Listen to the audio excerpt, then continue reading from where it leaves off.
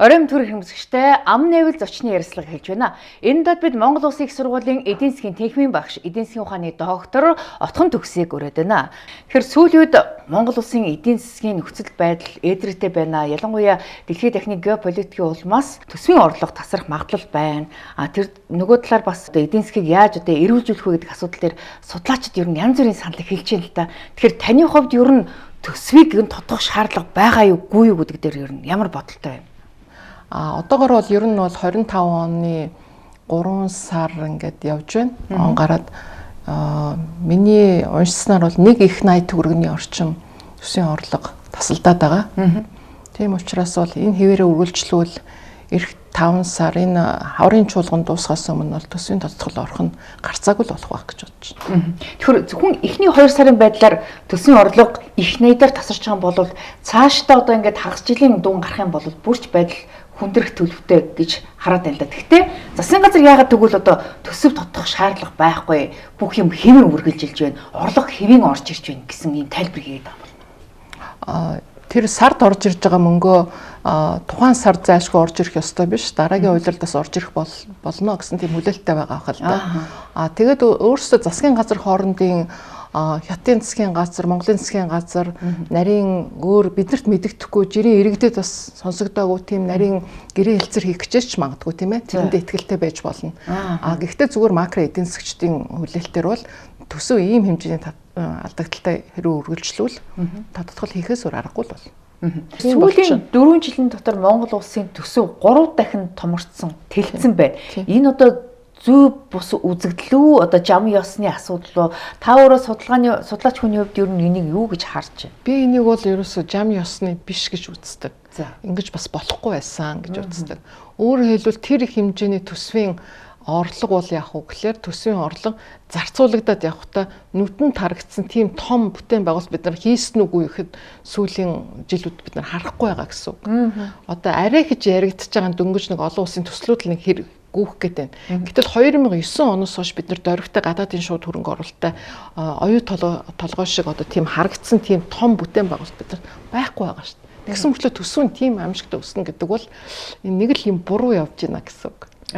Буруу байна л гэсэн. Буруу асуудал нь магадгүй улс төрчид төсвийг эдийн засгийн бодиттой тооцоогоор биш тийм үү? Улс төрийн ашиг сонирхлоор буруу тооцож яваад байна л гэж харагдав. Тэгээд ер нь жоохон нөгөө төсвөө тэгж айхтар тэлж гинэ гэдэг чинь бол яах вэ гэхээр тэлснийхаа зоргоор тэрийгээ бас л биднээс буцааж авч гинэ гэсэн үг. Юу гэсэн үг гэхээр үн өснө л гэсэн үг. Тэгэл бид нар чинь зөв давхар бид нар дэрэгдэж байгаа хөө жирийн иргэд бол төсөв туйлж нэрвэгтэй. Төсөв томорно гэдэг бол татвар биднээс авах татвар нэмэгдэнэ. Үн нэмэгдэнэ. Өөр давхар бид нар хохирч байгаа байхгүй. Тэрний оронд бол төсөв ер нь бол нэмэгдэхгүй байсан дээр.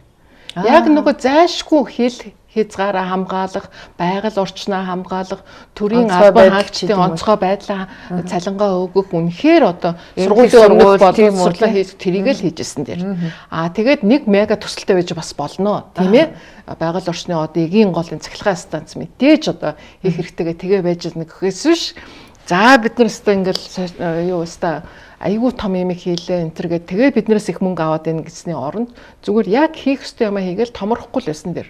Төр ер нь жоохон байх ёстой газартаа тэгэл нэг байсаж байгаа л байсан. Тэгээд засгийн газар чинь 14 том мега төсөл хэрэгжүүлэх гээд зарим нь төсөв санхүүжүүлэхээс аргагүй гэдэг ийм тайлбар хэлээд байгаа шүү дээ. Энийг та юу гэж харж байна?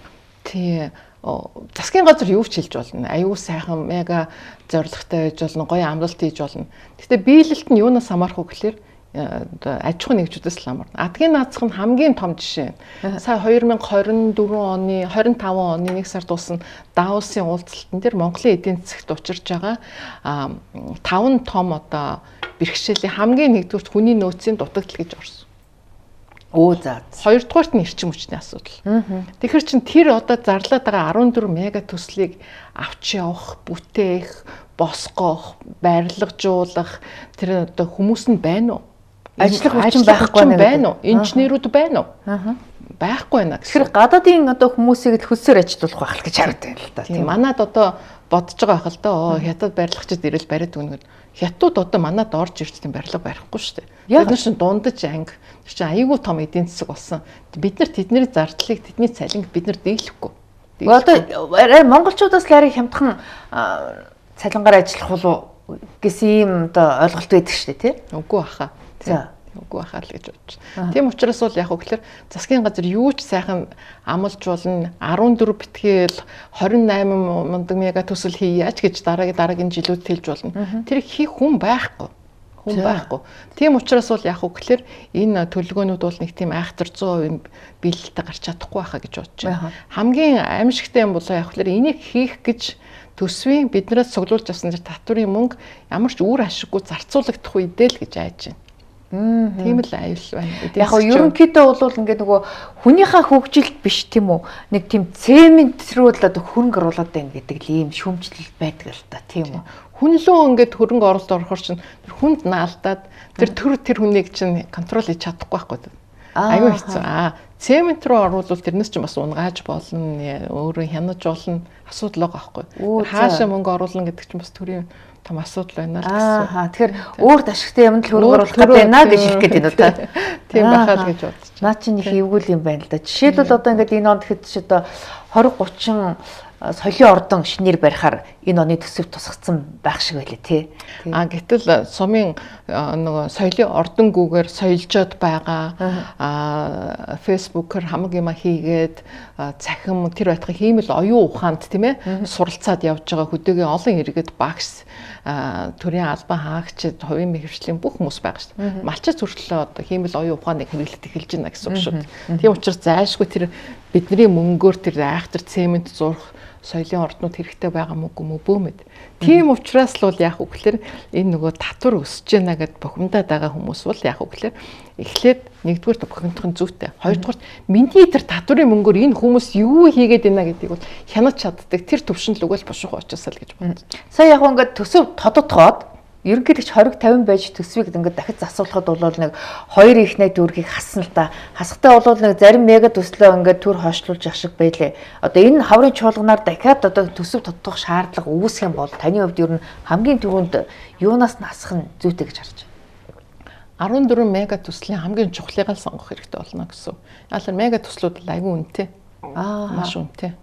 Ядаж энэ эрчим хүчний төслөл явуулчмаар байгаа аахгүй юу? Тэгэхээр чин бусан ч одоо хойшлуулж болохоор өнөөдөр байхгүй байлаа гэхэд учирдаггүй ингээд тулгамдсан асуудал биш учраас ядаж энэ эрчим хүчний хэрэглээ өсөн нэмэгдээд байгаа энэ хэрэглээгээ одоо хангах хэмжээний л одоо их усүрийг шинээр барих шаардлага байна. 20 жил бид нар 5 дугаар станц барина гэж ярьлаа. Өнөөдөр тагч хэвээрэл байна л да. Тэгэхээр энэ асуудлыг л шуурхалах шаардлага байна тийм үү? Энэ 14 одоо үнэхээр 14 мега төслийн аль нь чухал юм гэдэг нь эренбэрэ өгөөч нь юу юм хүртээмж нь юу юм эдийн засгт аль нь чухал юм гэдгийг бол тэр байтга бие даасан тусгай комиссарч гэсэн хянуулж болно шүү дээ. Заашгүй их хурлын гишүүд биш судлаачдаар эсвэл төсвийн доктортой байдлын зөвлөлөөр тийм ээ. Тэд нар судлаач хэлээ. За энэ удаад болохоор төсвийн тодтгол тэр энэ төслийг дараагийн жилүүц тавья.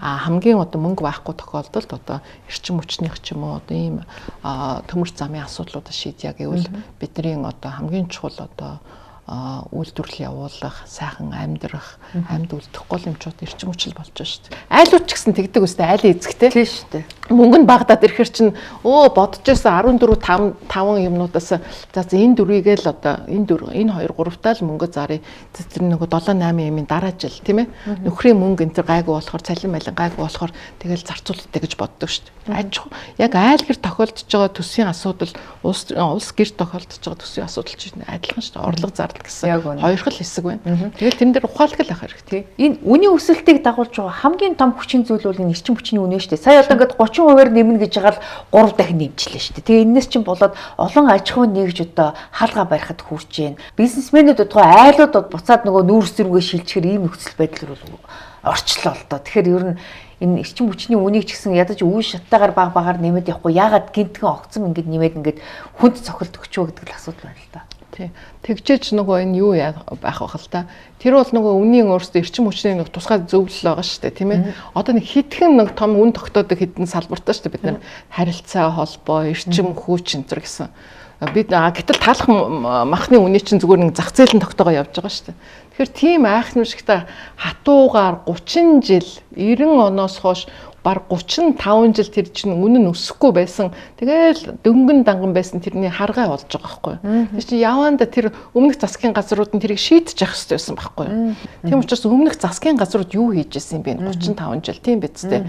Энэ дэр яагаад алсын хараагүй ажилласан юм бэ гэдэг чинь асуудал гарч ирж байгаа байхгүй. Тэр энэ засгийн газар яахааргүй нэг хийжээж л тэр хамаг муу муухай юмыг сонсож тэр ачааллыг өөрчилж чиглэлээр гаргахгүй бол тал бодлого явуулаад тал үнийн жагсаалтанд явуулаад ингээд царцаачвал дахиад бид нар 35 жил тэгэл эрчим хүчний дутагдaltaй аяг хэцүү амьдарчих үед л гэж айж. Өмнөх засгийн газрууд чинь ер нь тэгэл нэг хонцын сэтгэлээр 4 жилээр л нэг өөрийнхөө одоо нэр төрийг нэг айтайхан аваад явчихаар нэг галтай энэ тулгымцсан асуудлууд руу орохгүйгээр ингээд нэг урдах нэг ингээд нэг тойрч явсаар хагаад л ард нь гарчдаг л байсан л хараг. Тий. Тэрний харга. Одоо Монголын төмөр зам байна, тийм үү? Одоо 120 км газрыг очино одоо 3-4 цаг одоо бид нар салгалж очиж шүү дээ. Тэр чинь 10 минутанд очих газар чинь. Төмөр замаа яагаад шийдээгүй юм, тийм үү? Цахилгаан станцаа яагаад шийдээгүй юм? Цөмийн эрчим хүч рүүгээ яагаад ороогүй юм? Энэ төргээл айгүй асуудлууд байна л да. Тэгэхээр энэ засгийн газарт бол би яг үгээр айгүй найдаж байгаа нь энэ эрчим хүчний асуудлыг шийдэж чадвал тэгээд мөн төмөр замын асуудал энэ нөгөө нүүрсээ хамгийн бага зардлаар экспортлж чаддаг энийг л хийж чадчихвэл одоо айгүй чухал байна л гэж үзэж байгаа. Нүүрс зэсийн үнийг бол дэлхийн зах зээл дээрх одоо үнээс нэлээд өндрөөр өөдрөгөөр төсөөлсөн шүү дээ. Тэгэхээр одоо ингээд 2 дахин буураад эхэлжлээ. Энэ тохиолдолд ер нь одоо яах ёстой байдгийг ер нь онлоороо ч гэсэн таны хувьд юу гэж харж байна? Тэгэхээр эндээ сургамжлал авах ёстой хамгийн түрүүнд. Төсвөө бид нар зөв төсвөлдөг, төлөвлөдөг 2026, 27, 28 тэгээд тэрнээс хойш бүх улс он жилүүдэд ч гэсэн төсвөө экспортын орлогоо 1 тонн нүүрс, 1 тонн зэс, 1 тонн алтыг бид нар хичнээн хэмжээгээр борлуулж чадах вэ? Олон улсын дундаж хүлээлт, прогноз ямар байна вэ гэдгийг маш бодиттойгоор хэмждэг байх хэрэгтэй. Бодиттойгоор төсөвлөөд, үржүүлээд тэгээд төсвийн орлого тэрэ тавьдаг байх хэрэгтэй. Тэгэхгүй хитрхи өөдрөгөөр тавьчвал эдийн засгч их хэцүү шүү дээ. Ер нь бол нэг даргын одоо тушаалаар явахаасаа илүү тэр олон тэр эдийн засгт ажиллаж байгаа, амьдарч байгаа тэр олон хүмүүс тэр бизнесээ явуулж байгаа олон аж ахуйн нэгжийн хүлээлтээс их хамаардаг байхгүй юу. Тэр хүлээлт нөгөө юм чих өөдрөг байх юм байна. Айгүй орлоготой байх юм байна шүү дээ. Тэгвэл бид нар ингэн бид нар тэгэн энтер гэж ясна гів гүн дөрвөлтөхөр тэр нөгөө хүлээлт нь зүрээ авчихаар иргэд бухимдаж эхэлнэ. Аж ахуйн нэгжүүдийн бизнес төлөвлөгөө нурж эхлэн хүмүүсийн дунд дургуутсал үүснэ, засаг төрийн эсрэг одоо жигсаал цуглаан болох маш олон сөрөг дагавартай байдаг. Тийм учраас эндээс авж байгаа сургамж бол төсөвлөлт тэр бодлогыг бол маш сайн болгоомжтой их бодиттой л хийж явахгүй болохгүй юм алдаа гарах юм байна л гэж байна. Яг шууд алдаа гэхээсээ илүү эн чин геополитикийн байдал, олон улсын байдал энэ чинь өглөө бас л ирэхэд өөр болж штэ тийм ээ. Тэгэхээр тийм учраас бол яг үгээр бас нэлээд тийм болгоомжтой алсын хараатай л хийж явахгүй болохгүй. Тэгэхээр одоо ингээд төлөвсөн орлого ер нь 2 дахин буурах эрсдэл бий болчиход байна шүү дээ тийм үү. Тэгэхээр энэ тохиолдолд ер нь одоо тодтол хийх шаардлага үүсэх үү таны хувьд? Үүснэ. Өсөлгүй яах вэ? Манай төсөвчийн ер нь бол ер нь 12 их найдын орлого олох ёстой. Тэгээд тэрнээс нэг их найд нь бүр олдохгүй болчихно гэх. Тэгээд 2.5 болчвол эн чинь тийм биз дээ 6-ны 1 нь байхгүй болно гэдэг чинь энэ чинь маш их асуудалтай болно. Яагаад тэгэхээр төсвийн орлого багасаад ирнэ гэдэг чинь тасалдаад ирнэ гэдэг чинь төсвийн зардал хэсэг дээр байсан хэсэг чинь тэр хэмжээгээр буурахгүй шүү дээ. Яг тэр хэмжээгээр л зарцуулагдана гэсэн. Нэгэнт он эхлэхэд 6% нэмсэн байсан тэтгэврийн тэр их мөнгийг бид нар одоо төсөв ингээд байхгүй болчлоо. Орлого тал нь байхгүй боллоо. 6% болиё гэж хэлж чадахгүй гэсэн үг. Тийм учраас бол энэ аюу тум эрсдэлтэй. Тийм учраас тодтгол хийх гэсэн аргагүй. Төсвийн доктортой байдлын зөвлөлийн зүгээс одоо энэ онд одоо нүүрс зэсийн үн тийм өндөр байхгүй гэдгийг сануулад ер нь орлого зарлагаа ч гэсэн бодтойгоор тооцооч гэдэг ийм зөвлөгөө өгч ирсэн байл л дээ. Тэгээд гэвч одоо улс төрчид энэ зөвлөгөөг нь хүлээж аваагүй эсрэгээр нь тооцсон. Тэгээд одоо нөхцөл байдал эсрэгээр эргэжэд байхад нөхцөл байдал 50 байна, хэвийн байна гэдэг ийм тайлбарыг хэлдэг байгааг та юу гэж харж байна? 2024 оны 10, 11 саруудад бол төсвийн тогтвортой байдлын зөвлөлийн дарга инх хоёр эдийн засагч, зөвлөлийн гишүүд, Дуганбаатар энтергээд эдийн засагч нэлээд энэ талаар хэлжсэн. Тэгээд улс төрчид, улсын их хурлын гишүүд бол яг уу гэхээр энэ болох юм байна гэж сангийн яамны тайлбарлсан, сангийн яамны тараасан тэр өөдрөг зураглал, өөдрөг график, орлогын одоо тэр нэг бодит бус тэр том их дүнг бол энэ болох юм байна л гэж үзсэн. Тийм учраас бол яг одоо энэ орлогыг бол бид нэр олно гэж бодож байгаа. Санаа зовох юм байхгүй. Төсвийн тодтгол хийх шаардлага гэж сангийн сайд жавхлан бол хэлжээ. Тэгэхээр энэ бол сайдад өөрт нь болоо тийм Б вариант байж болох юм. Тэр нь бол юу ах вэ гэхээр засгийн газрын зүгээс хятадын одоо манай хамгийн гол одоо нүүрсийг худалдан авагч талтай гэрээ хэлцээр хийдэг ч юм уу. Эсвэл хөнгөлтөд зээл авдаг ч юм уу.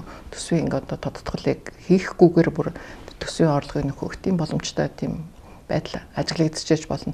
Тэрийг шууд хэлэх хэрэгтэй тийм ээ. Бид нар одоо ингэх танд бол цаана магадгүй тэр Б төлөвлөгөө байгаа юм байна. Тэрэндээ найдаад бүх юм хэвийн гэсэн юм тайлбарыг өгөөд байна гэж та бодож байгаа юм тийм үү? Тэрнээс биш засгийн газрын тэр том сайд хүн манай Монгол улсын бүх одоо галт огоог барьж явж байгаа тэр хүн болдог дэрэгдэд аж ахуйн нэгжүүд гэж худлаа ярина гэж би бодохгүй байна л та.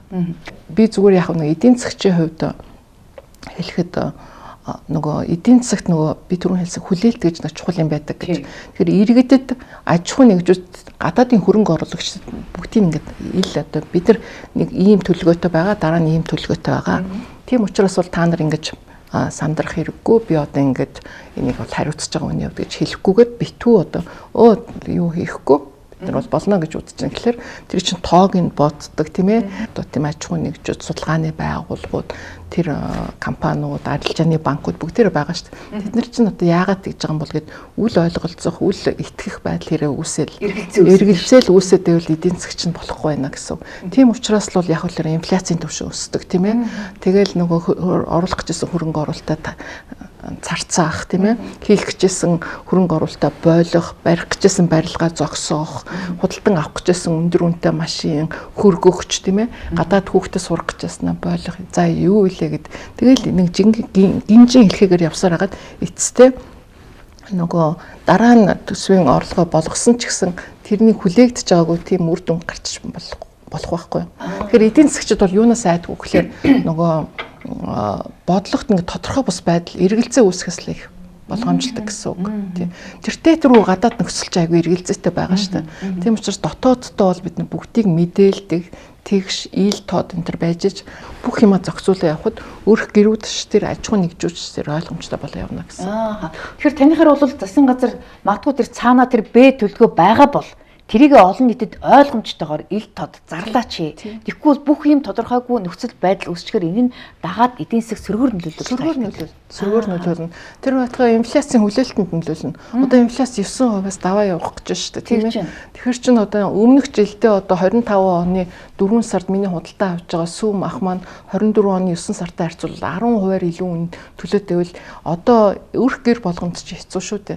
Тэгэхээр чинь бол яг үгээр энэ нөгөө эсрэг сөрөг одоо тодорхой бус байдалд үүссэн хүлээлт чинь ингээд инфляцийн төлөө явчихж байгаа байхгүй. Тэгэхээр Төв банк магадгүй энэ инфляцийн өсөлтөөс урьдчилаад бодлогын үгээ бол шууд 12% руу авааччлаа шүү дээ. Тэгээд энийг бол одоо удахгүй цахилгаан дулаан янз бүрийн одоо үн өсөн татвар нэмэгдэн энэ бүх нөхцөл байдлаас үүдээд инфляц огцом нэмэгдэх учраас бид нар урьдчилж ийм одоо бодлогын үгээ огцом нэмж байгаа маа гэсэн тайлбарыг өгөөс. Энэ зөв буруу юу? Бодлогын үе ер нь бол ингээд нэлээд одоо өсөж явсан. Тэгээд 1-2 жил тогтвортой 10% байжсна. Тэгээд 9% руу 2024 оны 9 сард 9% болж бүр буурсан шүү дээ.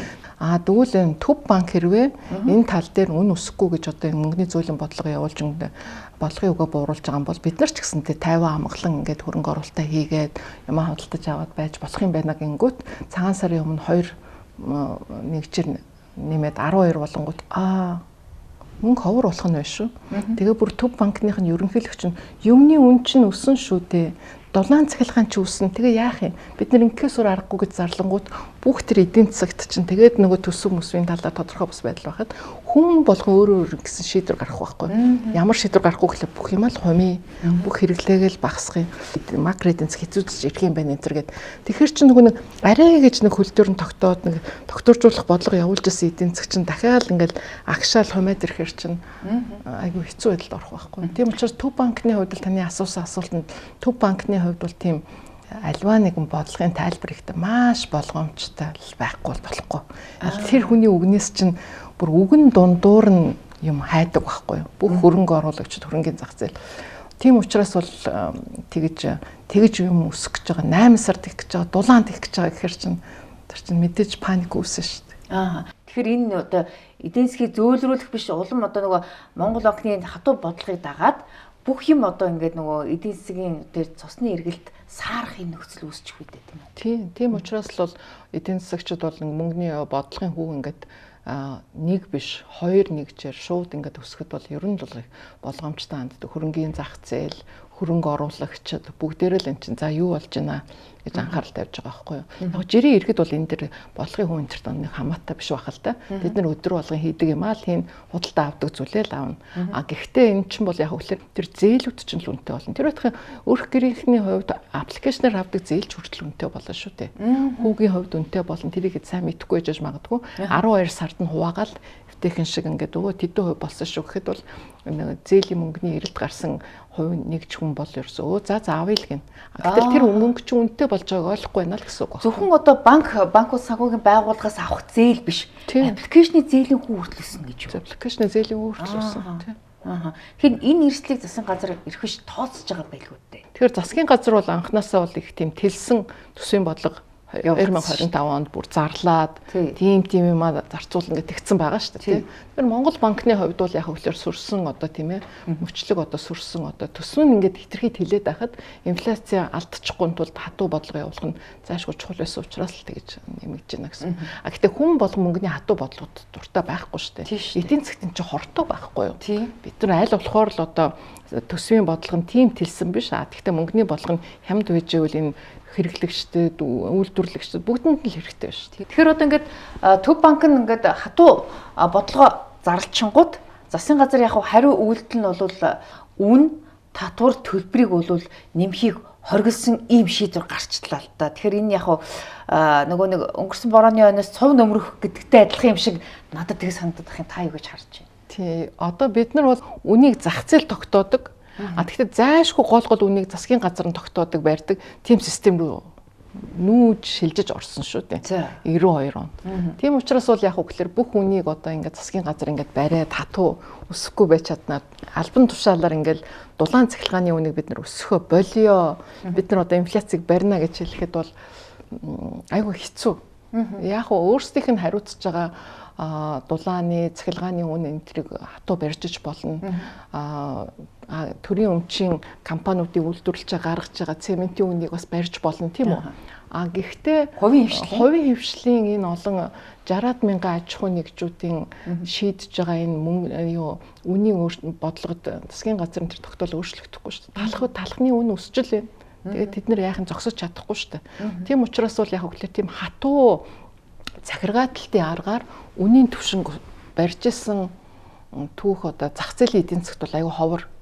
Одоо бүр онц хэрэгтэй үед хийхээс өөр аргагүй дайнтай үед ч юм уу эсвэл байгалийн асар их гай гамшиг тохиолдсон үед тийм үү цар тахлын үед боломжтой одоо тийм юм байгаас яах вэ гэд. Гэтэл одоо бид нар чинь дайн дажингүү цар тахалгүй нэг цар тахлын дараа арай гэж зэрэг гээд байгаа эдийн засаг шүү дээ. Тийм үед нь болохоор яах вэ гэхээр одоо энэ гол үнийг барина гэвэл яах вэ гэхээр үйлдвэрлэгчдийн хувьд бол яах вэ гэхээр зарим талаар бол энэ сайхан сонсогдно. Яг л хамгийн чухал одоо зардал дулаан цахилгааны үн өсөхгүй тээврийн зардал өсөхгүй зээлийн хөвгийн хэмжээ өсөхгүй энэ төр гэвэл бид нар бизнесээ тогтвортой хийгээд өнөө өсөхгүй байхаар боломжтой байна гэсэн. Гэхдээ одоо кофе шоп байна тийм ээ. Танай хажууд ингээл байгаа кофе шоп. Тэгэл 10,000-аар нэг кофег энэ ай кофег 10,000-аар боллоо гэхэд тэн дээр очиод эрүүгийн цагтаа эдийн засгийн цагтаа очих боломжгүй шүү дээ. Тийм учраас бол яг үгээр хүн болгон иргэд болгоны хармаа төсөвт нь энэ тушаал энэ үнийг хатуугаар ингээд барья гэсэн тэр зүйл бол үнэхээр нөлөөлж чадахгүй гэсэн. Хэрвээ засгийн газар одоо ингээд үн төлбөр татварыг одоо нэмхийг төр хугацаанд ч гэсэн хориглоогүй болвол энэ одоо байдал чинь бүр даамжираад ард иргэд ер нь баг энэ дарамтыг бол тэсч чадахгүй бол ийм нөхцөл байдал үүсэх байх гэж хараад байна л да. Ер нь л бол 24 оны төсөв 25 оны төсөв баталж байгаа бүгдэнд нь хэлсэн. Судлаач, мэддэг одоо номыг уншсан тэр бүх хүмүүс энэ чинь үн чинь өссөн шүү. Ямар нэгэн захиргаалалтын аргаар барьж болно. Нэг үйлрэл барьж болно, хоёр үйлрэл барьж болно, 2-3 жил барьж болохгүй байхгүй, чадахгүй. Тийм учраас бол яг үгээр эдийн засгчдын зөвлөд байгаа юм яг үгээр хүмүүсийн өөрсдийнх нь өвөл хөдлөлөөр тэрийг үнийг өсөхгүй байдаг. Тийм л эдийн засаг, тийм зохицуултыг хийж өгөөч л гэдэг. Тийм учраас бол сангийн сайдыг бол ингээл төсөвт асуудал үүсгээд тэрийг ил хэлдэг, бодлогоо тайлбарладаг, тэгээд тайвшруулдаг. Тэгжээж хүмүүсийн тэр нэг айхтар ингэж худалдаа авалт хийдгүү ч юм уу, үнийг өсгөдөг тэр үйл хөдлөлийг баг хийлэгдэг. Тийм юм хийж явах хэрэгтэй байхгүй юу? Тэгжээж л бид нэр энэ хэцүү үеийг даван шүү дээ. Эдийн засагт дандаа л сайн сайхан байхгүй, мэдээж хэцүү үед аявих байна. Тийм учраас бол үн өсөөд байвал зарим авж байгаа татварын түвшин бууруулдаг ч юм уу, эсвэл татварын буцаалтыг нэмэгдүүлдэг ч юм уу, нөөтийн татварын одоо 2% л буцааж олгодог байсан бол 4% буцааж олгодог юм уу, эсвэл зарим одоо галийн татварын одоо бараг чухал одоо үнийн өсгөөд байгаа тэр эрчим хүчний салбар ч юм уу, дулааны яагаад үн өсөд байгаа юм гэхээр импортоор л хамаг юм авж байгаа шүү дээ, тоног төхөөрөмж. Тэгвэл тэр тоног төхөөрөмжийг нь бараг импортын татвараас чөлөөлнө гэвэл тэр үн бас жоохон буурч болох юм аа энэ гэж. Тэгэж ингэж зохицуултаа хийхгүй бол шууд байрна. Шууд ингээд татуу тавина энэ төр гэхлээр тэр чинь ажиллахгүй байхгүй юу? Тухайн үед л ажиллана. Тухайн үед л ажиллана. Тэгэхээр үнийг одоо ингээ хүчээр байхгүйгээр татварын зохицуулалтаар асуудлыг шийдэх боломж байгаа л гэж. Татварын зохицуулт байна. Тэгээд одоо энэ юу бүх одоо ингэ бидний харагддаггүй эдийн засгчдын дунд нэг тийм гол одоо ойлголт байдаг. Транзакцийн зардал гэдэг. Альва одоо ингэ зөвшөөрөл авахд үүсдэг маш олон зардлууд гарна гэсэн. Тэр зардлуудад чинь бизнес эрхлэгчид бүгдээр үнэн дээр ингэ наан штэ тавина гэсэн. Одоо ингээл орон сууцны үн өсөөл байгаа. Тий. Барилга барих газар авахын тулд асар их авилгал, асар их мөнгө төлж, тэгэл дулааны зөвшөөрөл, газрын зөвшөөрөл, архитектурын зөвшөөрөл, тэгэл одоо тэр хөрсний зөвшөөрлөд бүх юм авилгал өгөөд ахаар тэр бүх зарцуулсан мөнгөө тэр нөгөө квадрат метр дээр тавина шүү дээ. Тэгэл тэр чинь үнэ өсөд байгаа байхгүй юу? Тийм учраас үнэ өсөхгүй байна гэдэг бол зөвхөн Монгол банкнаас гадна засгийн газар хийж чадах юм бол тэр бизнес эрхэлж байгаа тэр бүх хүмүүст учирч байгаа транзакцийн зардлыг айл болохоор л бага байх хэрэгтэй байна гэсэн. Тэгэхээр энэ нэг учрал сайдын одоо хэлж байгаа тэр нөгөө альва тэр нөгөө хориг тавьж байгаа тэр зөвшөөрлүүдийг бид нэр цэгцэлнэ гэдэг бол бизнесийн зардлыг би бууруулах болов уу гэж бодож байгаа. Тэгэхээр ийм зүйлүүдийг бол ерөөсө чанга шулуун шууд ойлгомжтой ингэж хэлж чадчихвэл бизнес эрхлэгчид би бас тэх юм биш үү гэж бодно гэсэн. Тэгэхээр энэ үн өсөх асуудал бол ерөөсөө маш олон юмнаас хамаарч байгаа. Тэгээд нөгөө талаар бас ингээд энэ сургаар гэдэг юм уу ингээд ямар нэгэн далимаар ингээд үн огцом нэмээд идэг эргээд буудаггүй. Тэр нөхцөл байдал нь арилчаад байхад буулгадаггүй нэг ийм нөхцөл байдал Монголын ялангуяа эдийн засгт маш их байдаг шүү дээ. Тийм таас аюу сонирхолтой сэдвийг яг ингэж олж асуулаа. Энэ бол одоо Монголын эдийн засгчдын хувьд нэг тийм судлах ёстой. Тэгээд учир шалтгааныг нь олоод хүмүүс тайлбарлах ёстой нэг тийм зүйл бол ямар нэгэн асуудлаас болоод одоо жишээл ган гачиг болдог ч юм уу, ковид болдог ч юм уу, юмдын үн өсчлөө. Тэгээ эргээд ерөөсө буудаггүй байхгүй болсон. Ковид байхгүй болчиход байгаа тэр тээврийн үн тий. Тээврийн ингээд дахин нэмэгдсэн бол одоо буцаад хэвийн байдалтай орчоод хахад үн буцаал буурах ёстой шүү тийм үү? Буурахгүй байна гэсэн. Харин тийм. Тэгэхээр ямар шалтгаан байна вэ энд? Альва нэгэн зөвшөөрлийн асуудал байна уу, авилгалын асуудал байна уу, эсвэл технологийн асуудал байна уу, тийм үү? Эсвэл одоо тэр нөгөө эрх зүйн зохицуултууд нь тэр нэг дутагдчихж байгаа учраас тэгэл үнэ хамаагүй өсгöd идэг тийм байдгийн болов тэрийг олж тогтоох хэрэгтэй гэсэн үг. Тэгэхээр энэ дээр судлаачид ер нь яг тогтоог одоо энэ талаар судлааг байна уу? Тийм сүүлийн одоо жилүүд би ер нь бол ингээд гарсан Монголын эдийн засгт гарсан тэр судалгаануудыг аль болохоор олж уншихыг боддог л да. Тийм судалгаа бол гарахгүй байгаа гэсэн үг харамсалтай. Тэрийг бол хийх хэрэгтэй л гэж би бодож байна. Тийм учраас бол яг үгээр аж ахуй нэгжүүдийн тэр одоо үнэ өсгөх тэр процесс дээр нь тэр захиргааны асуудал үүсэж байна уу, транзакцийн асуудал үүсэж байна уу гэж судалгаа явуулж иж тэгж шийднэ үхээсэж захиргааны аргаар тэгж болохгүй. Ямар тохиолдолд байх вэ гэхээр татвар төлөгчийн мөнгөөр татаас авчаад тэгээ гурилын үн өсөхгүй гэсэн мөртлөө гурилын үнэ өсгöd идэг тийм компаниуд байвал уучлаарай та ингэж болохгүй шүү дээ гэж тийм ээ. Тэгж хэлж болно гэсэн үг. Тийм учраас бол яг үгээр татаас төлөөд үн бариад авах уу? Эсвэл үнийн чөлөөтэй байлгаж байгаад өрсөлдөөнөөр тэр үнийг буулгах уу гэдгийг дандаа сүүлийнх нь вариантыг л хийх хэрэгтэй. Гэхдээ манай оруулах хэрэгтэй. Гэхдээ манай зах зээл дээр бол өрсөлдөөн тун бага байна штэ. Тухайн салбарт бол цөөхөн хэдхэн компани тэр зах зээлээ бацчихдаг. Тэгээд тэр компаниудтай надад засгийн газар зөвшөлтсөө тодорхой хэмжээгээр татаасан дэмжлэг өгөөд үнэ битгий нэмээчээ гэж жишээлбэл шатхууны компаниуд юм уу, гурил одоо бусад ингээ компаниудтай ингээ зөвшөлтсөждөг. Нөгөөдөл нь ямар нэгэн шалтгаан хэлэл нэмждэг. Тэгээд эргээд ямар нэгэн хариуцлага тооцсон юм байдаггүй. Тийм учраас энэ дээр маш нарийн судалгаа хийх хэрэгтэй. Яагаад хариуцлага тооцохгүй байна? Ашиг сонирхлын зөрчил байна уу, тийм ээ? Ялваа нэгэн авилгал байна уу? Энийг тооцож байгаа тэрийг бол ингээ ямар нэгэн байдлаар хэлж яахгүй бол засгийн газар татаас өгөл үн өсөхгүй төлөөл ард иргэдэд хайр зарлал ингээд ах туссан бид нар тэр хайр тэр үн өсөхгүй байдал нь ямар нэгэн байдлаар айгүй өндөр татврын байдлаар бид нар тэр унж байгаа л гэсэн. Бид нар хямд үнэтэй талах идэх тусмаа бидний төлж байгаа татвар өсөж байна л гэсэн, өндөр байна л гэсэн. Тэгэхээр ерөнхийдөө засгийн газар хэрвээ үн барих гэдэг бол татаас өгөх байдлаар биш, эсвэргээрээ татврын хөнгөлөлт үзүүлэх байдлаар тодорхой хэмжээгээр төлөвлөлт байж болно, тийм үү?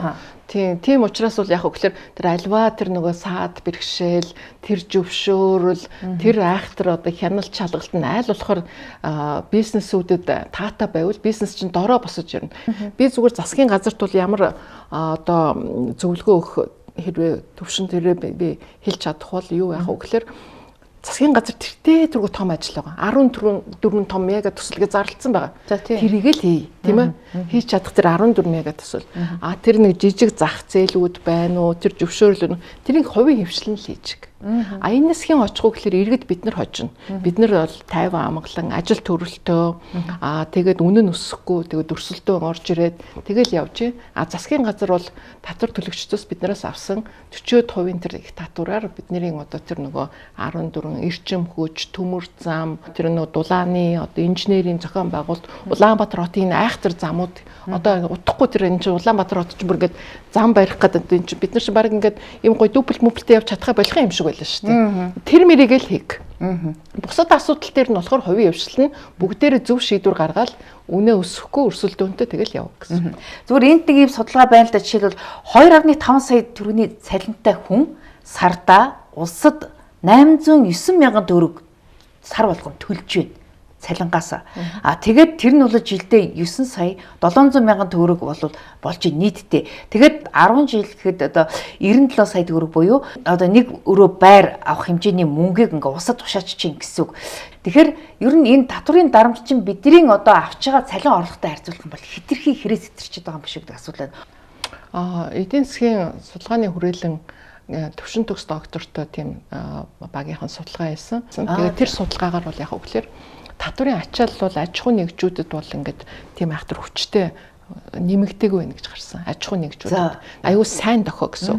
Иргэдийн хувьд болохоор яг үгээр 2.5 сая төгрөгтэй хүн болохоор 800 мянган төгрөгийг татвар төлж гин гэдэг бол одоо хэцүү байна. Нөгөө хувь иргэдийн хувьд. Нөгөө талаас тэрийг ойлгож ийм судалгаанууд явуулж тэгээд тэрийг ингээд олон нийтэд ингэж ярьж мэрэгчлийн хүмүүс сэтгүүлчд ингэж ярьж гин гэдэг чинь хүмүүс ингэж бодно гэсэн. Би ч одоо 800 мянган төгрөг сар болгон төлж байгаа юм байна шүү дээ. Би хамгийн багаар бодоход. Тэгээ миний мөнгөөр энэ засгийн газар юу хийж байна вэ? Энийг зөв зарцуулж байна уу?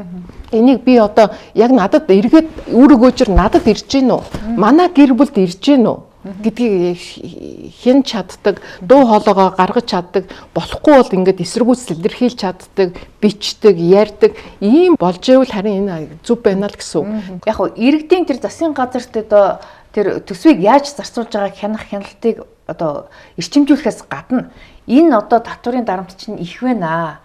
Тэгэхээр одоо бидний цалин орлогот нийцүүлээд ядаж нэг одоо нэг багч гисэн бууруулаач гэдэг юм хүсэл шаардлага байна л да. Тэгэхээр энэ асуудал дээр яг засгийн газар судалж эхэлсэн юм шиг байна. Таны хувьд ер нь энэ татврын дарамтыг ер нь хэдэн хувиар бууруулвал боломжтой гэж та дүгнэж байна. Анх энэ 2024 онд 6 сард сонгуул яваад хамтарсан засгийн газар байгуулагдсны дараа ялангуяа нөөтийн татврын талаар ямар бодлого явуулах вэ гэхэд бол сангийн сайд бол татврыг ерөөсөө ингэж бууруулахгүй гэсэн эрс тийм бодлого бол байхгүй байгаа гэсэн тийм хариулт өгчөөсөн. Одоо 2024 оны 9 сард байна уу та. Тэрнээс хойш байдал агай өөрчлөгдлөө. тийм ээ. Одоо юмны үн өсөж जैन. Тэгээ төсвийн орлого буурч जैन. Ийм үе төсвийн орлого буурч байгаа татвар бууруулна гэдэг бол сангийн яамны хувьд үхэл гэсэн үг. Тэр чинь айгүй хэцүү шүү дээ. Тэгээд нөгөө тэтгэврээ яах вэ? Тэтгэмжээ яах вэ? Тийм үү? Тэр төрийн захиргааны албаны тэр цалинг яах вэ? Энэ болгон чи айгүй хэцүү болоод ирэх байхгүй. Тийм учраас шууд татвар бууруулахад бол хэцүү болно л доо.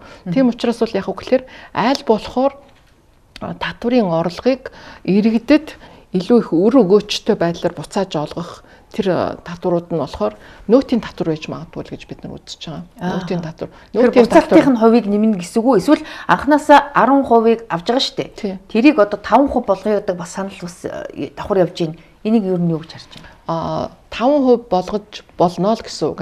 Эсвэл ер нь бол тэр босхийг дээшлүүлнэ гэсэн үг. Нөөц төлдөг компаниудын хувьд орлогын хэмжээг бол нэлээд нэмж 400 сая, 500 сая төгрөгийн орлоготой жилийн орлоготой байж ээж нөөц төлж эхэлдэг. Тийм болвол аж ахуй нэгжүүд дарамт багтай тийм ээ. Тэрнээс гадна бол яг нөөтийн орлого бол буурч ирнэ. Гэхдээ нөөтийн орлогыг бол сүүлийн жилүүдэд бол дандаа ингэж нөгөө төсвийн одоо орлогын одоо зайлшгүй бүрдүүлдэг айгүй чухал одоо нэг хэсэг болгосон нь болохоор энэ буруу болж байна гэдгийг харуулж байна гэсэн. Урд нь нөөц авдаггүй байхад чинь одоо татварын орлого болоод байсан. Одоо гэтэл одоо нийт татварын одоо орлогын бараг 30% эзэлж байна нөө. Тийм 25 орчим хувийг эзэлж байгаа. 24.8% эзэлж байгаа. Тийм учраас бол яг гэхээр 2% буцаан олголтын 4% болгодог ч юм уу, 5% болгодог ч юм уу, 10% хэвээрээ байлгаад гэхдээ нөөц төлдөг компаниудын босго орлогын хэмжээг нэмэгдүүлж эхлүүл нөөц төлдөг компаниудын нөөц төлдөггүй компаниудын тоо хэмжээ нэмэгдэнэ. Нөөтийн дарамт багасж ирнэ гэсэн үг. Тийм байна. За тэгвэл нөөтийн татварын хувьд бол тийм юм байна. Тэгвэл одоо энэ нийгмийн дадлан шимтгэлийн хувь хэмжээ ч гэсэн хэрэгцээрчлээ 26% гэдэг болвол тийм үү. Тэгэхээр энэ дээр 1-2%-аар ч гэсэн бууруулах боломж байгаа юу? Ер нь түүхийн ярих юм бол нийгмийн даатгалын хураамжийг огцсон биш 0.5 1%-аар нэмэгдсээр байгаа юм болсон гэсэн. Тэрнтэй адилхан бидний нөгөө тэтгэврт гарах хэмжээг бас 6 сараар бидний насыг ингээд нэмсээр байгаад одоо бол яг хүлээр яг 60 наснда гарахгүй шүү дээ 62.8 настай ч гэдэг юм уу тийм ээ төрсөн оноос хамаараа тэгж гарч ийна гэсэн. Тэгэхээр нийгмийн даатгалын хураамж тэр бууруулна гэвэл одоо биднэрт бол айгүй том асуудал үүсэж байгаа. Тэр нь болохоор манай хүн ам зүйтэй холбоотой. Одоо 60-аас дээш насны хүмүүсийн жилийн дундаж өсөлт нь 10.7% байгаа. Маш өндөр байгаа. Тийм бэ. Тийм. Энэ болохоор нөгөө эрүүл мэндийн салбар мөн насжилттай холбоотой тэр настай хүмүүсийн тоо нэмэгдэж байна гэсэн. Гэтэл нөгөө талд нь болохоор яг хөглөр төрөлтийн одоо хүн ам өсөлт буураад байгаа. Бид нар хүүхдийн мөнгийг 20 мянга байж хахад 100 мянга болгоод байхад тэгээд энэ цэцэрлэг хэмжээг сайжруулад нөгөө суглаа энэ төр байхгүй ингээд оруулаад байлаа гэхэд иргэд бол бид нар олон хүүхдтэй байж болохгүй юм байна. Юмны үн өсөж байна, тийм ээ. Энэ олон хүүхдүүдийн зарлыг бид нар дийлэхгүй юм байна. Тийм учраас бид нар 1 юм уу 2 хүүхдтэй байя гэд. Тийм учраас бол яг хөглөр тэр коэффициент бол одоо 2.7% болж байгаа гэсэн. Хүлээгдэж байгаа бол 2.3 болно. Тэгээ удахгүй бид нар 2 болно гэсэн. 2 болно гэдэг чинь юу гэж байгаа юм бэ гэхээр нөгөө хүүхэд бий болоход эрэгтэй эмэгтэй 2 хүн оролцож байгаа тэрний чинь нөгөө оронд 2 хүний оронд 2 хүн тэр нийгэмд бий болж байна гэсэн. Хүн ам өсөхгүй гэсэн үг байхгүй. Тэгэхээр хүн ам нь өсөхгүй, биологиороо байгалаар өсөхгүйгээс гадна айгүй сайхан боловсралтай, ийм сайхан одоо сургууль эмнэлэгт явсан хүмүүсээ бид нар гадагшаа алдчихж байгаа шүү дээ. Бүгдээрээ гадагшаа одоо цагаачилж, бүгдээрээ гадаадад ажиллаж амьдарч байна гэсэн үг. Буцаж ирэхгүй байна гэсэн үг. Тэгэхээр механикаар бас бид нар гадагшаа хүн амын тоо буурч байна. Байгалаар өсөлтөөр буурч байгаа үед нөгөө 10.7%-аар нэмэгдэж байгаа ахмадуудын тоо нэмэгдэж чад хэн энэ хүмүүсийн одоо тэтгэвэр тэтгэмжийг төлөх үү гэдэг асуудал болж байгаа байхгүй. Тийм учраас одоо ажил хийж байгаа 3 хүн одоо нийлж иж нэг хүний тэтгэврийг өгч штэ тийм үү. Тэгэхгүй ирээдүйд бол эсэргээр нэг хүн болго айгүй бол 2 хүний тэтгэврийг өгөх хэрэгтэй болох хэрэгтэй байхгүй. Тэгэхээр энийг бууруулах одоо боломж маш бага байна гэсэн. Энийг маш олон жил ингэж багаар нэмэгдүүлж явсан учраас харин энэ дэр бол хийх ёстой бол маш олон одоо инновац, санхүүгийн одоо шин бүтээгдэхүүн санаачлаг гарч болох юм аа гэж үзэж байгаа. Өөрөөр хэлбэл тэтгэврийн санг одоо үр өгөөжтэй үйлчлүүлж менежментийн сайжруулах. Тэгээд тэр нөгөө өмнө нь нийгмийн даатгалын сан хоосорсон байсан энэ асуудлуудыг ерөөсөө гаргаж болохгүй. Одоос эхлээ энэ дэр маш одоо ойлгомжтой болгож энэний тэр нөгөө нээлттэй олон нийтэд тайлбарлаж өгдөг хэдийн хэмжээгээр өсөв тийм ээ. Энийг маш сайн одоо гадагшаа маш тийм том сайн хөрөнгө оруулалтанд оруулж тийм ээ. Менежментийг сайжруулж тэгээ бид нар бас хүн болгон ингээд төлбөрөө төлөө тэр нь жоохон нэмэгдчихэдэг. Тийм л байхгүй бол ер нь бол залуу байхад бол ажил төрөл хийгээд татвараа ингээд өгчиж болно. Настай байхад тэр чи айгүй хэцүү шүү дээ хүмүүсийн. Одоо яг хөө ингээд төрийн сандаа найдвартай байж исэн тэр хаашин ч одоо ингээд банкудад өгж ирснээс ингээд хүүгүү хадгалж игээд ингээд хүүгүү хадгалаад байл л та. Тэгэхээр цаашдаа бол яг хөө магадгүй төв банкны зүгээс хамгийн найдвартай гэж тодорхойлсон тэр банкнд өгье гэдэг ийм санал явж байна. Энэ юу гэж харж байна? Тийм би саяхан уншсан гэр бүл хөдөлмөр нийгмийн хамгааллын сайд, энх хамгааллын сайд бол төрийн сан дээр хадгалагдаж байгаа нийгмийн даатгалын сангийн мөнгийг бол арилжааны найдвартай арилжааны банкуд хувааж байрлуулна. Тэгээ хүүгийн орлого олж цаашдаа энийг аривжуулна гэж ярьж илээ л дээ.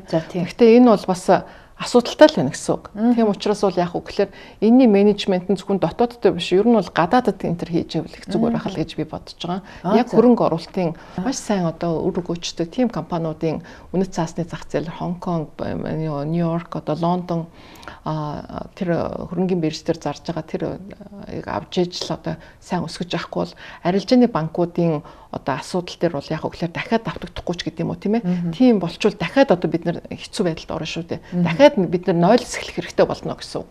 Тийм учраас бол яг өглөө бид нар бол энэ нийгмийн даатгалын сан дээр бол маш болгоомжтой тэг мэргэжлийн хүмүүсээр удирдуулдаг сайн менежменттэй байж чадвал ирээдүйд хэрэгтэй гэсэн үг. Тэгэхээр яг бас улсын хурал дээр бас нэг юм санал яваад байлаа шүү дээ. Одоо бага цалин тэтгэвртэй хүмүүсээс одоо авдаг тэр хүн амын орлогын албан татвар буюу 10% татварыг одоо тодорхой хэмжээгээр чөлөөлөх ийм бас санал одоо явж байгаа юм байл л дээ. Юу гэж харж байна? Эдийн засгийн хувьд нөгөө татварын нөгөө онол дээр нөгөө нийгмийн секторын эдийн засаг гэдэг нэг том салбар байдаг. Тэрэн дээр татвар дээр бол яг үгээр татвар төлдөггүй нийгмийн гишүүд бол хариуцлага баг хүлээдэг л гэж ярьдیں۔ Тийм учраас бол яг үгээр хариуцлагатай нийгмийн гишүүдийн тэр хариуцлага тэр нийгэмд оруулж байгаа хувь нэмэр нь тодорхой хэмжээгээр байж л тэр нийгэм урагшилдаг, нийгэм зөв явдаг гэсэн үг. Тэгэхээр энэ бол шудраг байдал, тэгш байдал гэсэн нөгөө татварын аюулгүй үндсэн том гол зарчмуудыг бол яг үгээр зөрчигдөнө гэсэн үг. Тийм болохоор бага төвшинч гэсэн төлжсэн нь болохоор чухал байдаг л гэсэн санаа л да. Татвар төлдөггүй нийгмүүд байна. Ихэвчлэн хаана тулсан тэр тийм газруудад бол байдаг. Хаан айгу баян, хаан нөгөө нутгийнхаа тэр улсынхаа бүх одоо байгалийн баялагийг эзэмшдэг. Тийм учраас хаан их орлого олдог учраас та нар одоо миний албат иргэд минь ядуу дуу хүмүүстэй яг та нар татвар төлөхгүй байж болно гэж үзнэ. Бид нар бол тийм нийгэм биш шүү дээ. Бид нар чинь засаглалаа өөртөө сонгодог, ардчилсан, нээлттэй, жижиг эдийн засаг. Тийм учраас хүн болгон тодорхой хэмжээгээр татвар төлж ижил энэ нийгмийг урагшлуулахгүй бол одоо нийгэм чинь татвар төлөөд байхад нийгэм урагшлахгүй айгүй хэцүү байдалд орно гэсэн үг. Тийм учраас өглөө босоод ирэхэд айгүй хэцүү мэдээ сонсдог болж байгаа шүү дээ. Тэгээ хажуугаар нь болохоор байгалийн гамшиг одоо энэ climate change буюу уур амьсгалын өөрчлөлт гэдэг бидний ерөөсөө хүлээж байгааг бүр аюу их зардал гарах юм чинь бидний өмнө урд байгаа тохиолдолд бид нар бүгдээрээ л татвар төлж бүгдээрээ л чардаж ижил бүгдээрээ энийг даван туулахгүй бол хэцүү байдалд орно гэсэн үг. Яг одоо ингээд бидний одоо цалин орлого бол одоо өгж байгаа татвар хоёрын хоорондын харьцаал арай дэндүү одоо зөрчилтэй байна л гэж яриад байгаа л да. Энийг ер нь яаж одоо ижил төвшөнд авчих эсвэл тодорхой хэмжээгээр цалин орлогын өшөө нэмэгдүүлэх тийм одоо зохицуултыг хийх шаардлага байна уу? Тийм. Бүр юутай тохиолдолд одоо олон хүүхэдтэй хөгжлийн бэрхшээлтэй өрхөвдөд энэ төр гэсэн нэмэлт одоо тийм тусламж өгдөг хүнсний толон тэр гэдэг бодлогыг бид нар ч авч явуулж байгаа шүү дээ. Тийм учраас бол яг үгээр тэр хүмүүсийн хамгийн сайн одоо дэмжих арга бол аль болохоор тэр хүмүүсийг чадварчуулах, аль болохоор тэр хүмүүсийг ажилтал болгох тийм нийгмийг л бүтээх хэрэгтэй. Тэгээ адилхан татвараа л авдаг байх хэрэгтэй. Хин нэгэн хүн одоо татвар айгүй хэцүү байна. Бид нар манай энэ хүн амын яг энэ хэсэг бол татвар төлмөөргүй байна. Та нар яг бусдын төлдөм байгаас ингээд сумгаад нэг гэвэл энэ нийгэм чинь энэ эдийн засаг чинь харахад нэг тийм зөв бодлого юм шиг хүмүүст айгу хайртай юм шиг хүмүүсийг бодсон юм шиг бодлого явуулах боловч алстай айгу хортой бодлого болно гэсэн үг. Тийм учраас тэд нар аль болохоор өндөр орлоготой орлогын талын л сайжруулах хэрэгтэй. Айгу их ажилтай байх хэрэгтэй. Үнэхээр байглаас эрүүл мэндийн байдлаас амьдралын янз бүрийн нухчаанаас болоод тэр хүмүүс ажил хөдөлмөр хийж чадахгүй бол тийм хүмүүсийг бол дэмжих хэрэгтэй. Зайлшгүй дэмжих хэрэгтэй. Тэгж ч нийгэм чинь хамт явна шүү дээ. Та одоо ингээд Монгол Улсын их сургуулийн эдийн засгийн одоо техникийн багш. Тэгэхээр ер нь та хэд хичээлдээ багшилж байна. Ер нь таны оюутнуудаас одоо энэ парламент засгийн газарт ер нь байгаа юу? Байгаа. Ер нь би бол 1994-өөс 95 оны хичээлийн жилээс эхэлж багшилсан. Тэгээд одоо бараг 30-аад жил тий болж байна гэсэн. Тэгээд жил болгон ер нь бол нэг семестр нэг 100 хүн заадаг гэхэр чинь нэг 2 хичээлийн жилд нэг хичээлийн жилд 200-аад хүнд хичээл заасан байна гэсэн. 200 хүний чинь тэгэл 30 жилээр үржүүлэхэр чинь 6000 хүнд ямар ч байсан хичээл лекц орсон байна гэсэн. Тэр 6000 хүнээс чинь энэ сангийн яам, Монгол банк, хөгжлийн банк, за тэгэл эдийн засгийн хөгжлийн яам, энэ яамдуудаас гадна Улаанбаатар хотын захиргаа, улсын их хурал, тэгээ судалгааны байгууллагууд 21 аймгийн засаг дарга энтер гэдэг ажиллаж байгаа маш олон хүмүүс байгаа л да. Тийм учраас бол яг үгээр ингээд нөгөө тэднэрт заасан юм маань л одоо нэг зах зээлийн эдийн засгийг хөгжүүлэхэд нэг тийм зөв шийдвэр гаргадаг нь тусалдаг тийм хүмүүс байгаасаа л гэж гордож явдсан шүү. Та одоо ингээд багшийн хувьд одоо дуудаад зарим нь одоо гишүүд сайд нарыг чи одоо энэ асуудал дээр анхаараа чи энэ шийдвэр чиндээ буруу байгаа юм биш үү? Та нар ч одоо яаж бодохороо ийм шийдвэр гаргачихсан бэ гэдээ та загнах тохиолдол байна уу ер нь? Тэгэж нэг загнаж чадахгүй л дээ одоо тэгэл нэгэнт хичээлээ заагаал дүнгээ аваад тэгэл шалгалтаа өгөөл явсан хүмүүс чинь хөөй чи тэгээд энтер их тийм одоо тийм ирэх энтер бол байхгүй л дээ. Гэхдээ Монгол хүмүүс бол угаасаа тийм нөгөө багшийг эрхэмэлдэг, хүндэлдэг, эрдэм номыг хүндэлдэг тийм хүмүүс учраас багш нэг хаяа нэг тааралдаад нэг хурал энтер дээр тааралдаад энэ бодлогон дээр ингэж анхаарах хэрэгтэй биш үү энтер гэхэд тийм шүү агшаа нэр тэрний таны тэр ярийн дээр сонсогдсон би ойлгож байгаа бид нар энэ дээр анхаарнаач гэдэг тийм юм хэлжээ дээ. Тэгээ тэр чинь айгүй зөв байна л гэсэн. Багш нарын цалин ер нь одоо дөрвтөө өсөхгүй л харагдаад байх юм. За яг дунд сургуулиудын бага хэмжээнд нэмсэн баг. Их сургуулийн багш нарын цалин ер нь одоо аль төвшөнд байна. Их сургуулийн багш нар нөгөө төрийн өмчийн сургууль, төрийн бус өмчийн сургуулиуд бол хоорондоо ялгаатай. Тэгэхээр төрийн өмчийн сургуулиудын их сургуульд болохоор яг л цалингаасаа гадна маш их нөгөө нэг судалгааны үр дүн одоо тэр судалгаа яг хийгдчихэдэг учраас жоохон бага цалинтай ч гэсэн хамгийн одоо мундаг, хамгийн сайн судлаачид багш нар тэнд байдагтал болж байна гэсэн. Тэгээ их сургуулийн багш нарын дундад цалин бол ер нь бол 3 саяас 4.5 сая тэр орчимд л байгаа л да. Одоо эрдмийн зэрэг цолоосоо бас хамаарна. Эрдмийн зэрэг цолоосоо хамаарна. Зарим тохиолдолд 5-6 сая төгрөгийн одоо профессор хүмүүс бол тийм цалин аавна. Анхны багшаар орж байгаа хүмүүс бол 3 сая, 3.5 саяас эхэлж байна гэсэн. Гэхдээ энэ айгүй бага цалин гэсэн. Энэ дэр миний сэтгэл яагаад эмзэглэж явдаг вэ гэхээр нөгөө бид нар сайн л багштай, сайн л одоо нөгөө сургууль хүмүүжүүлэгчтэй байхгүй л бол энэ дээд боловсрол, дунд боловсрол бид нар алдсан шүү дээ. Тийм шүү дээ. Гэтэл бол яг үгээр зөв зүгээр ингээл хүмүүс уурлангууд одоо зарим мэрэгжлийн цалин гэж шууд нэмдэм байлаа шүү дээ.